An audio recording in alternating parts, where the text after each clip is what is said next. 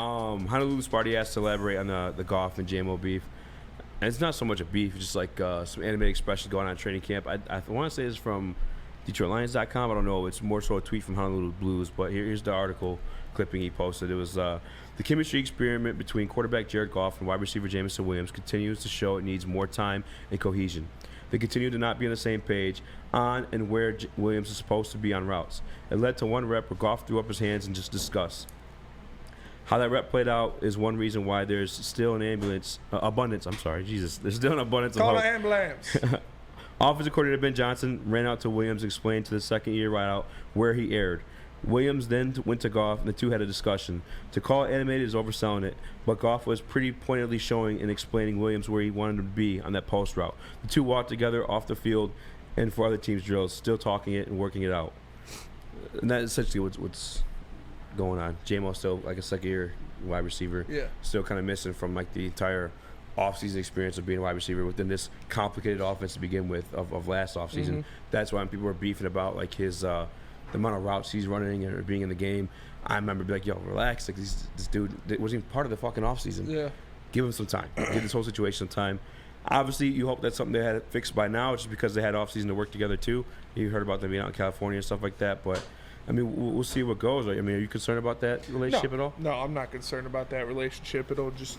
It takes time. Stuff like that takes time. It takes chemistry. You got to figure out where he likes the ball, where Goff throws the ball. It takes reps and it takes time. So, fortunately, they're going to miss out of 6 weeks of those reps in live game action this year, but I'm not worried about it. And that's one thing I think of a quarterback like Jared Goff specifically. There's like your Matthew Staffords in the world.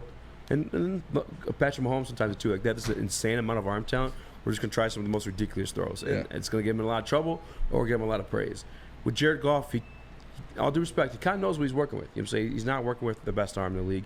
So I think he is one that's very, I don't know the word I'm looking for, but very stubborn on where he needs you to be on the timing of these routes and stuff like that, because he's only got the one couple ways he's going to deliver it to you, Mm-hmm.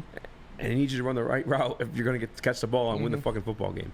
And I respect that. I respect that about him. That's why he's been consistent within a good coaching scheme. Obviously put up some more talent around him, you can start seeing some more results. But Jamo's a talented piece you want to put around him, so you hope to see those results out of it. You don't want this to fucking burn for no reason. I'm not worried about it. This is the beginning of OTAs. Yeah. They still have all of OTAs, all of training camp, all of workouts in the preseason to get their chemistry down. Is it concerned there's 6 weeks between yes, the ending that's of a that concern for sure. Start back up? That's a concern for sure. Yeah. But, hopefully by the end of training camp and preseason, they have it down, and it's just more re-greasing the wheels when he gets back in the fold of things. Yeah.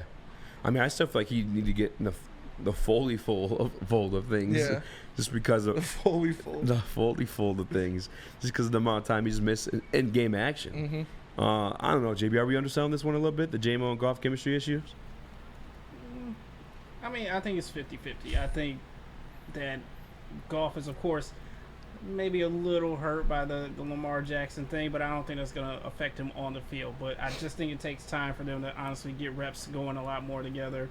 And honestly, training camp is a perfect time for them to do that right now. They have to do this at an accelerated rate, because obviously he can't practice with the team after the first 5-6 games of the season. So it's basically like you have to jam all of this training in a short amount of time. So it's a slight margin for errors on both sides. So they're just kind of feeling each other out right now at that point. Yeah, it's kind of like Chris in Wisconsin. Jamming a lot of stuff in a short amount of time. There's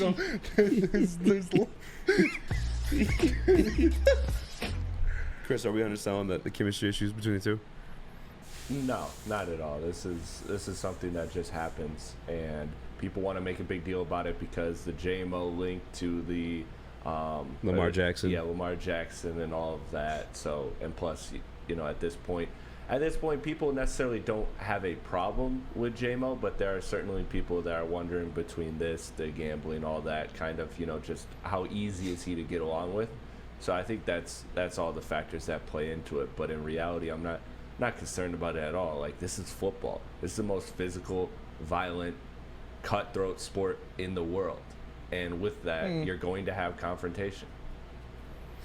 MMA? Yeah. Yeah. Oh. Yeah. I thought you were going to say But team WNBA. sport. Team sport. No, for sure. No, 100%.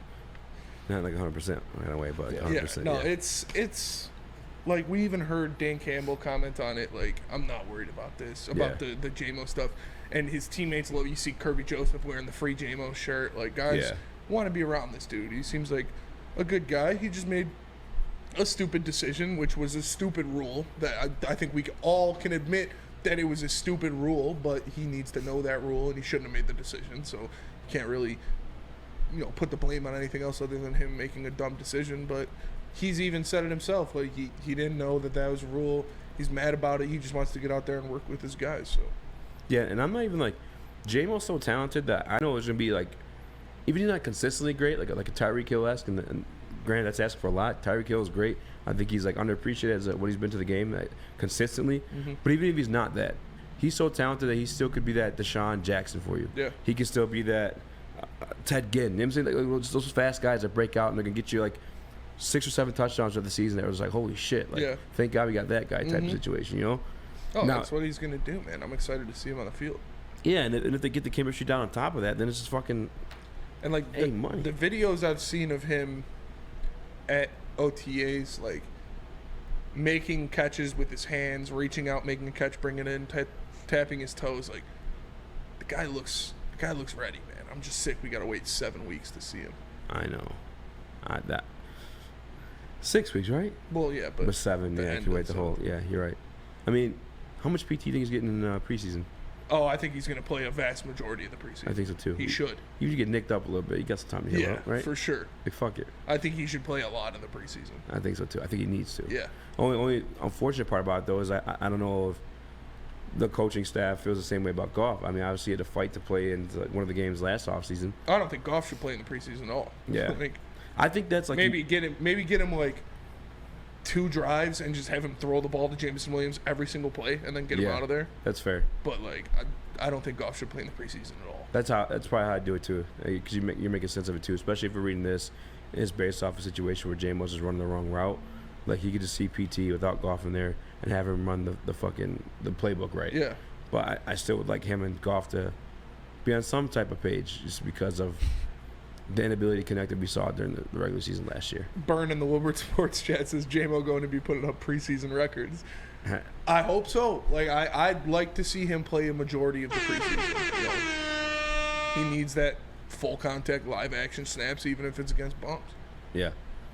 And I want to see him hitting nasty double moves and beating a guy down the field. And then, bro, D-Hop would be such a fucking upgrade for JMO. It's not even funny, bro. Not even Hendon Hooker, but Nate Sudfeld dropping bombs. Like, I'm thinking back to like that Hard Knocks clip too of D'Angelo Hall. It's like realizing though, I'm not trying to sound like disrespectful at all, but like obviously the lack of explosiveness or speed that D-Hop has, was able to do that to D'Angelo Hall. He still diced his ass up. Yeah, who was like one of the most like decorated like athletes to play that position. Like, I know he had like some blazing 40 times. Yeah, oh yeah. He was a hell of an athlete.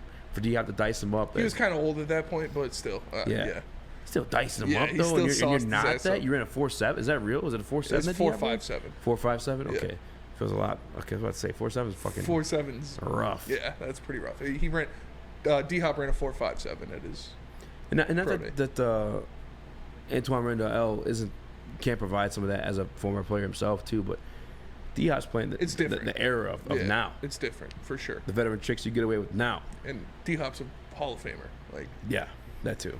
The guy, you put him out there, he'll make the rest of the unit better. Not only by having more eyes on him, like people have to account. Like, no offense again to Marvin Jones and Josh Reynolds, but if you're a cornerback and you have to line up against Marvin Jones or Josh Reynolds compared to lining up against DeAndre Hopkins, you're sweating a little more if you're lining up across from D-Hop. Yeah. And then on top of what he can teach them, questioning shit. Yeah. Yeah. Like, oh fuck, is he gonna do this? It's like, I have dreams about this shit. Yeah. Like, I have dreams about DeAndre Hopkins touchdown, Lions win the NFC.